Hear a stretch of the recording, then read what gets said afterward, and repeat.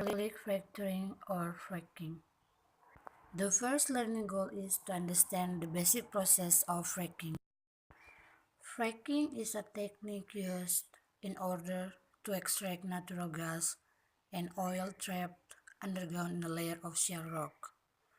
Hydraulic fracturing involves injecting fluids made of water, sand, and chemicals. There are four stages in the fracking process. The first part of the operation involves drilling straight down the ground and then turning the drill horizontally until the target distance is reached.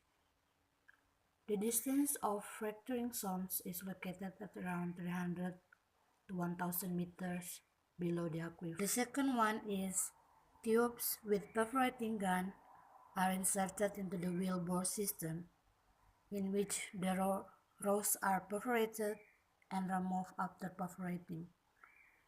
A perforation in the context of oil wheels refers to a hole punch in a casing or liner of an oil wheel to connect it to the reservoir.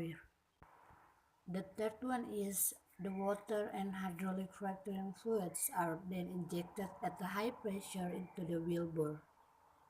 The hydraulic fluids builds pressure in the perforation, which creates small fractures that allow the gas to flow more readily to the wheel, thus releasing the fossil fuels such as gas and oil.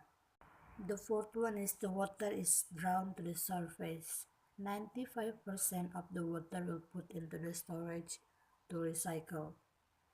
As gas or oil comes to the wheelhead under pressure, it brings with it the fracturing water that was pumped, along with natural brines that are present in the deeper layer. That flowback water is separated from the gas and oil at the surface, contained in the steel tanks, and sent to deep injection wells for disposal. The second learning goal is to be able to identify the dangers of fracking. A primary concern about the fracking process is the chemicals being sent down into the wheel. The second concern is the amount of water being used to fracture the shell. The average uses of water are 3.8 million liters of water during the fracturing operation. The major concern about fracking in the Northern Territory is the contamination of underground water. The water that comes up from the fracking will be stored on lands in storage around the fracking area. If the water in the storage is not treated, it can seep into the ground and it can evaporate and spread chemicals into the aquifer.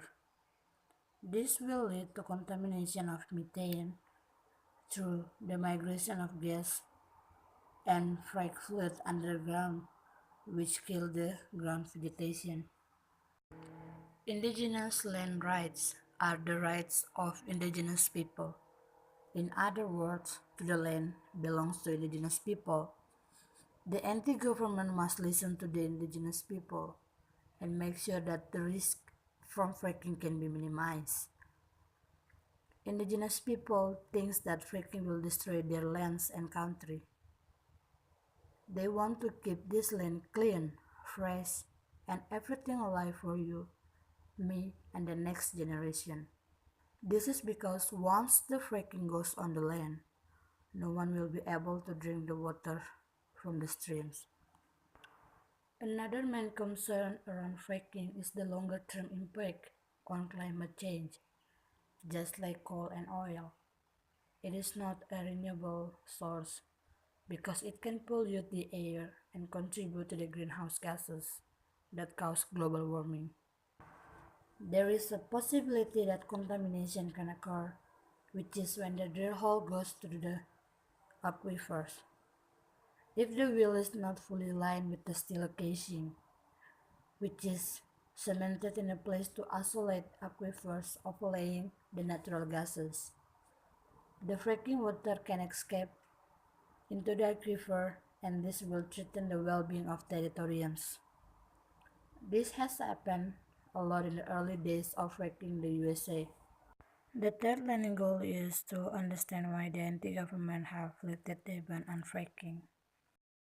Fracking can be beneficial and provides an opportunity to build a lot of new infrastructures, such as schools, hospitals, roads, and other new infrastructure in a local area. This is because the revenue derived from fracking is enormous. It could provide hundreds of new jobs for all the territoriums and helping the Northern Territory economic growth. If the supply increase, price decrease, quantity increase.